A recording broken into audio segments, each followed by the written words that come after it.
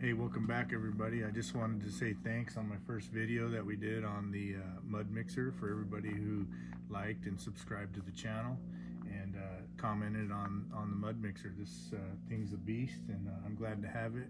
I'm going to do a lot more projects with it coming up soon, but for now we're going to turn around. I'm going to show you guys our next big project we're going to do on our 1990 Chevy Suburban.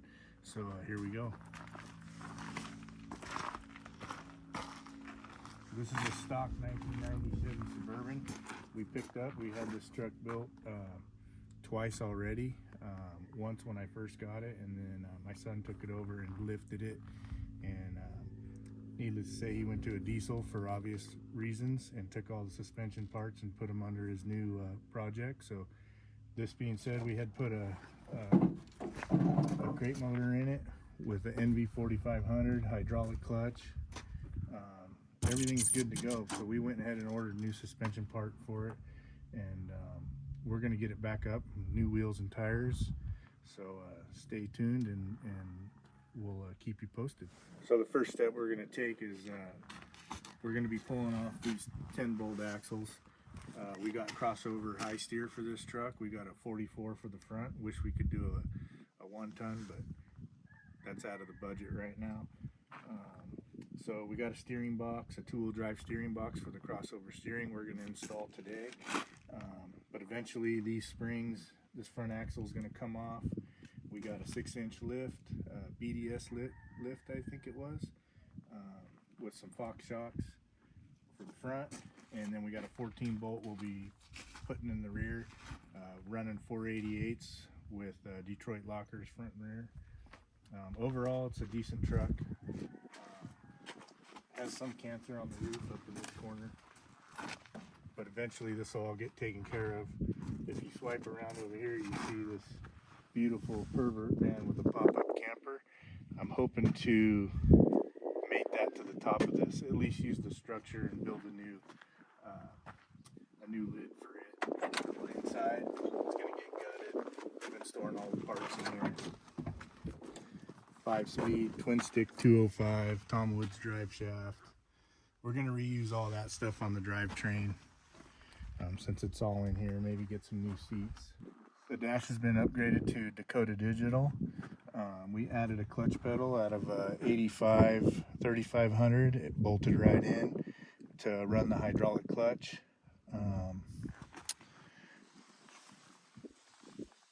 We got a new steering wheel we're going to put on it. It needs new carpet and stuff, but other than that, it's going to be a runner. We're going to run it. So if you guys watched my last video on the mud mixer, the one that I rented, the first pour that I did was for this little building that I'm working on. This is going to be a little wood shop. I've got this seat train over here full of all my wood tools, and I want to get that emptied out and get them in here so we can actually start building, you know, things out of wood.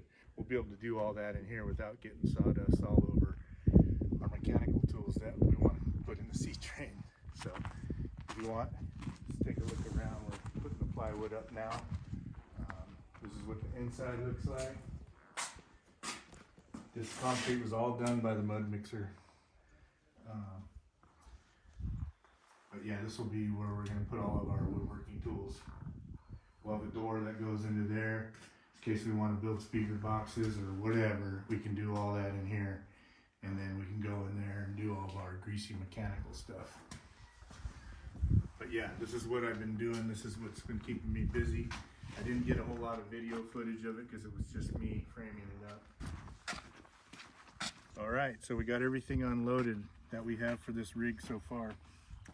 We got out the rear 6-inch lift springs from BDS, front suspension springs. We got our stock two-wheel drive steering box for the crossover high steer. This is an array of parts that we've collected the last couple years, not necessarily for this build, but we were going to use it on a 63 Chevy 4-wheel drive that I have. But I think we're going to have so much extra we'll be able to hit that project after this one. So there's some eBay parts here, there's some off-road design parts, there's some DIY 4x4 parts. We're going to go ahead and just get everything compiled into one spot like we have here, and we're going to put this thing together. we got the U-bolts. Those are BDS U-bolts for the front suspension. These are the polyurethane bushings for the rear. This is a B52 kit from DIY 4x4 with 6-inch rear shackle hangers. This is for the ORD, off-road design rear shackle flip. ORD front frame stiffener for the steering box. These are upper shackle bushings for the frame into the bushings. These are the BDS Fox suspension shocks we'll be throwing on. And we got everything from, this is our eBay crossover high steer kit. Not sure how well it's going to be, but it was made up in Northern California, so hopefully it'll be heavy duty. Everything from the lug nuts. This is a frame stiffener from Rough Stuff that we're going to use on our 1960 Chevy truck build. And these are our braided lift kit for the brake cables. So pretty much we have everything to get started on this project. Hope you guys like the content, and you like, subscribe, and watch us as we go through the journey on putting this beast back together. So this is the rear end for the 1990 Suburban. It's a 14 bolt. I think it came out of a K20 1978 or something like that. Anyways, took it down to the gear shop, American Gear in San Luis Obispo. The owner there, Matt, put in a 48 gears with a Detroit locker. We ordered the disc brake kit for this, so we'll be installing that on this build as well. And it'll be hooked up to the front with a Tom Woods drive shaft. I think we already got it from the last build. So hopefully everything bolts up.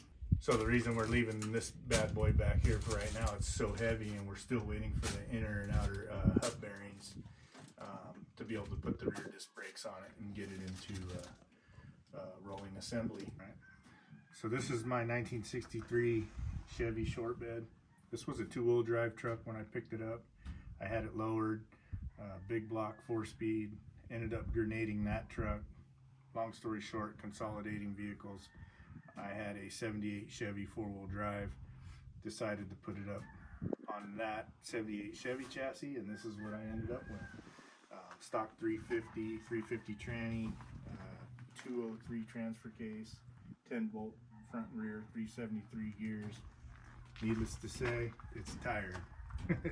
So a lot of the extra suspension parts that we have after the Suburban build, we're going to go ahead and try to upgrade some of the suspension on this old truck. I got a newer 350 motor sitting on a stand ready to go in this. Just haven't determined the trans or T-case application yet. Probably 700 R4 with the 241C, keeping it more on the stock side of things, and get this thing back on the road. It's mainly been around here. It was been my tractor out here on this little ranch that I have for knocking weeds down for the last couple years. And then the mice had chewed through the fuel system because it was just hose. So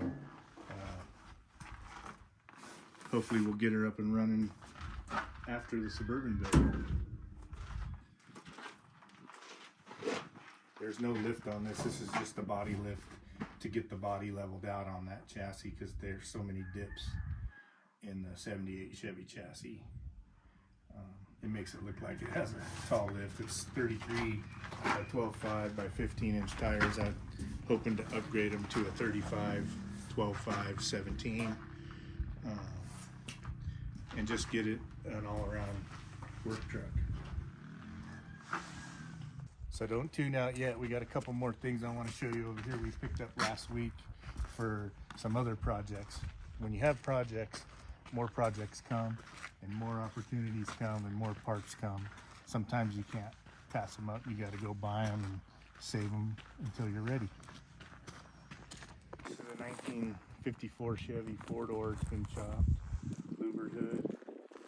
This was a car that belonged to a friend of mine, and then it belonged to another friend of mine, and then it belonged to me. So needless to say, they pulled the body off. They were going to do a full suspension build, Mustang 2, probably Jimenez brother or some sort of different airbag system in the rear. So it's just sitting on pallets right now. I got a score on Facebook Marketplace last week, and if you come over here, I picked up a 1953 Chevy car chassis roller. 350 has the drivetrain's down on it. I wouldn't say it's the best work. We're going to go through eventually and get this cleaned up, clean up some of these welds, put some better bracing in here,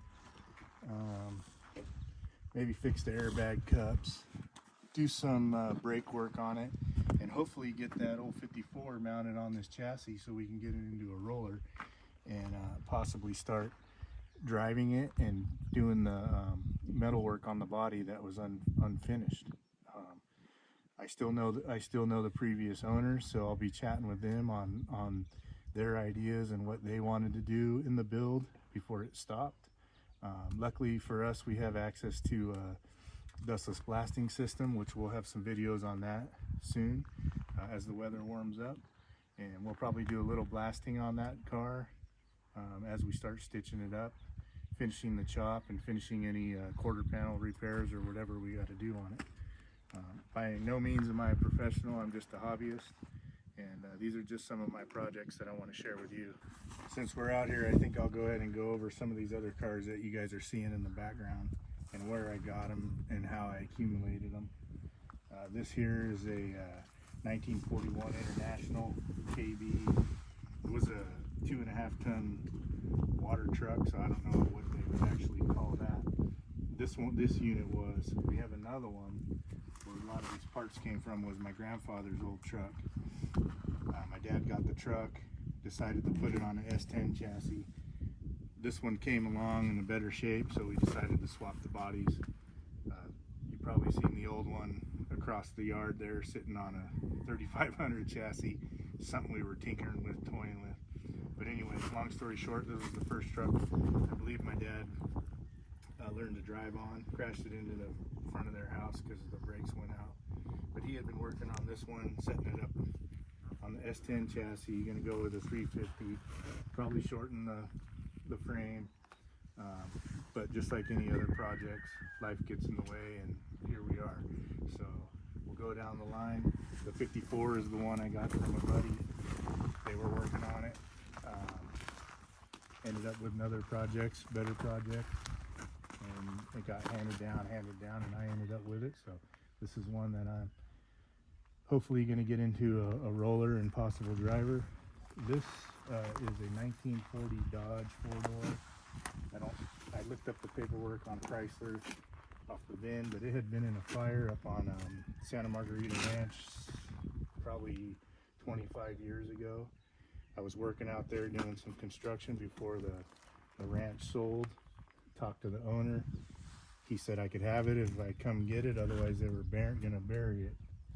So I didn't have rear suspension. Went up after work, made all the suspension out of 2x4s. Took it home, cut it all out of steel, put a 4x6 in the back, lifted it up, rented a trailer. My dad and I drove up to the top of this old homestead above out Santa Margarita, and we towed it down, put on a trailer, and I've been hauling it around ever since. Pretty healthy steel car. All the window trim was all stainless in it. That's all still good, but obviously this is going to be more of a art piece than probably a full restore, more of a rat rod. Floor's rotted out of it, and I did get the registration for this car. I have the pink slip for this car. I was able to salvage the burnt VIN title and have it inspected, and got a title for this one. Got a title for all these cars except this one hasn't been registered since '82, so I got to take it in and get it inspected to get the title for it. But this is a 1941 Dodge 4-door. Got this from a friend of mine. His daughter was going to build it. Once again, she ended up with something else that was actual runner. So I got it for a pretty good deal. It sits. I got a Dodge 360 with torque flight trans for it sitting in there. I also have a big block that I was collecting for that one, Mopar.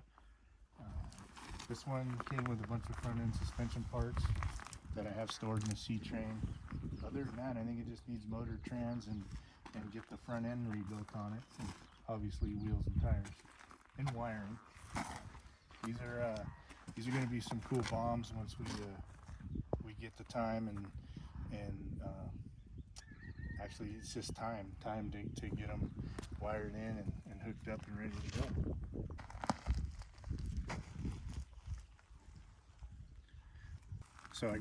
So the guy that I got this car from gave me a bunch of paperwork on it. This is an original Atascadero, California car. I guess the chief of the fire department years ago bought it and had it. You still see he's got his Atascadero Fire Department decal on the back. I think he's long been passed on, and it sold to some people in the Central Valley, and then somehow made it back to the Central Coast, and then I ended up with it. So it's kind of a cool little story behind this car, because that's where I grew up, was in the mud hole there. So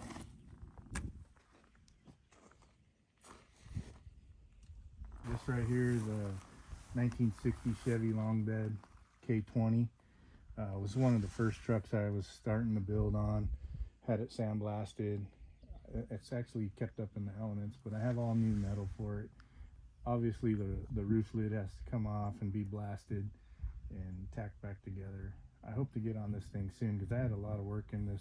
This is when I first started taking things apart and not having money to put them back together. But it's a setup for V8, 350, drivelines done. It's got the Brothers in the Weeds kit on it. Classic performance suspension in the front. Just need to put it together, get the body in a decent shape and slam it back together. I'd like to see this thing on the road, since it was one of the first vehicles that really got me hooked. But it still has the cat eye hood. Got 2 of those. I got several long beds, trying to make one decent one. I've collected over the years, either the right side or the left side was rotten or broken or smashed. So I have to go through and figure out what's going to be the best and try to make a complete bed. I got several doors. Has all rotten obvious places, lower fenders. Now they make production parts for all this stuff, but this was just me collecting, trying to get one piece out of 2 bad ones. This is a fishing boat I collected. I wanted to go make something I can go out halibut fishing in. I think it's a 78. I think it's a Wellcraft. I don't even remember. Anyways, it has the inline 6 Chevy motor. It runs. It's never been in the water in my hands. It floats, is what I've been told, but everybody tells you that when you buy a boat. So hopefully we can get it out this year and maybe do a little upholstery work on it and clean it up and see if we can get some fishing out of it before it rots away out here. This here's a 76 Sanger, flat bottom or runner bottom. I got this boat from my uncle. He restored it several years ago, and I kept asking him, when I'm gonna have my boat, when I'm gonna have my boat. Well, he finally gave it to me. Now I get to sit here and look at it. Motor still belongs to him. It's probably big block Chevy, 700 horse. I rode in this boat once as a kid, and I tried to spit sunflower seeds out of my mouth, and needless to say, that didn't work. They rolled right up my face. But I'm proud to have this boat. I hope to get it on the water someday. That's why I'm making these videos too. You know, this is kind of gets me motivated to actually get something done and show you guys that you can restore this old stuff and have fun with it. And everybody's got to have an aluminum fishing boat. This one's takeout, go trout fishing. Just got this one registered this year and got the little motor stand for it and fired it up so we can haul this one to the Sierras hopefully. Anyhow, stay tuned, stay with us. We've got a lot of content to come up and a lot of work to do. We do have full-time jobs, so this isn't something we're going to be doing daily. But we'll take video and record the content for you guys. If you guys enjoy watching it, let me know. All right, we got one more. 67 GMC. Thought this was an old work truck. My old boss gave me this truck before he moved to Oregon. I took it, had it running for a while, and of course you gotta take up the old big block 305 and put in a big block 454.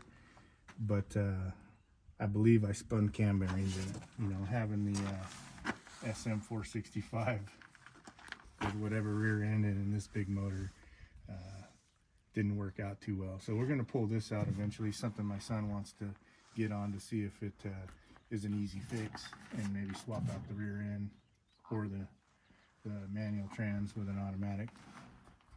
But yeah, this was an old work truck. We used to haul U-carts with this, and lumber. That lumber rack you saw over there was on it.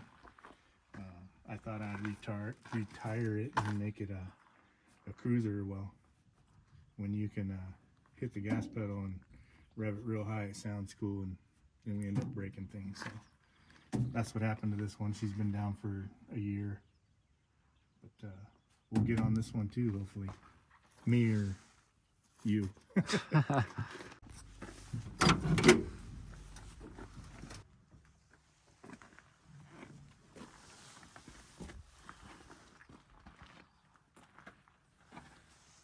The chassis for that 54 Chevy that those guys, they pulled it out and cut all the suspension. They got a Mustang 2 cross member in the front. I think it's a Speedway unit.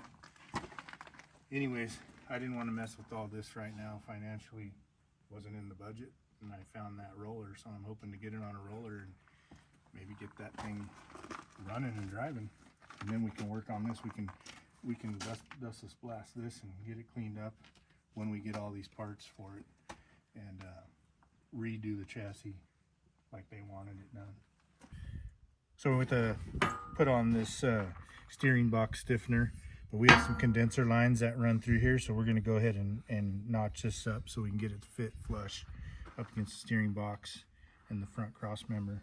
That's what we're going to do now, and hopefully we can start assembling.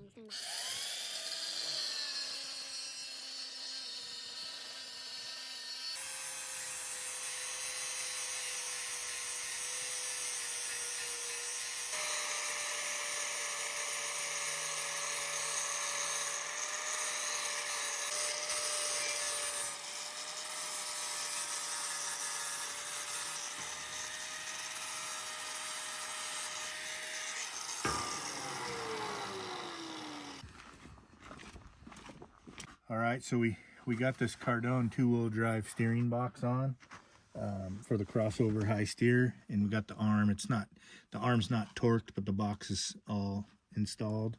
We did have an issue on the Cardone box. There's 4 holes, so the farthest hole in the front on the very bottom, if you're going to go with the ORD stiffener, you should start installing with the box with that hole first, because if you put that stiffener in, it gets in the way. And then we also had an issue on the Cardone box where one of the holes was tapped obviously wrong, so we got all 3 of them in there, and then we went to put that last one in, and it didn't fit, so we had to take everything back apart, retap it, and after that everything fit like a glove. But FYI, just run a bolt through those holes or a tap through your holes in the steering box if you're going to attempt this upgrade. Yeah, so we're one step closer to driving it. We got it started. It runs great. The next step is going to get this thing jacked up, and we're going to drop this front axle and spring. We're probably going to put our DIY 4x4 shackle hanger in the front, maybe to move this axle forward 1 inch. We're not sure yet until we get it set up. But anyways, thanks for watching, and I hope you get something out of this video. Thanks.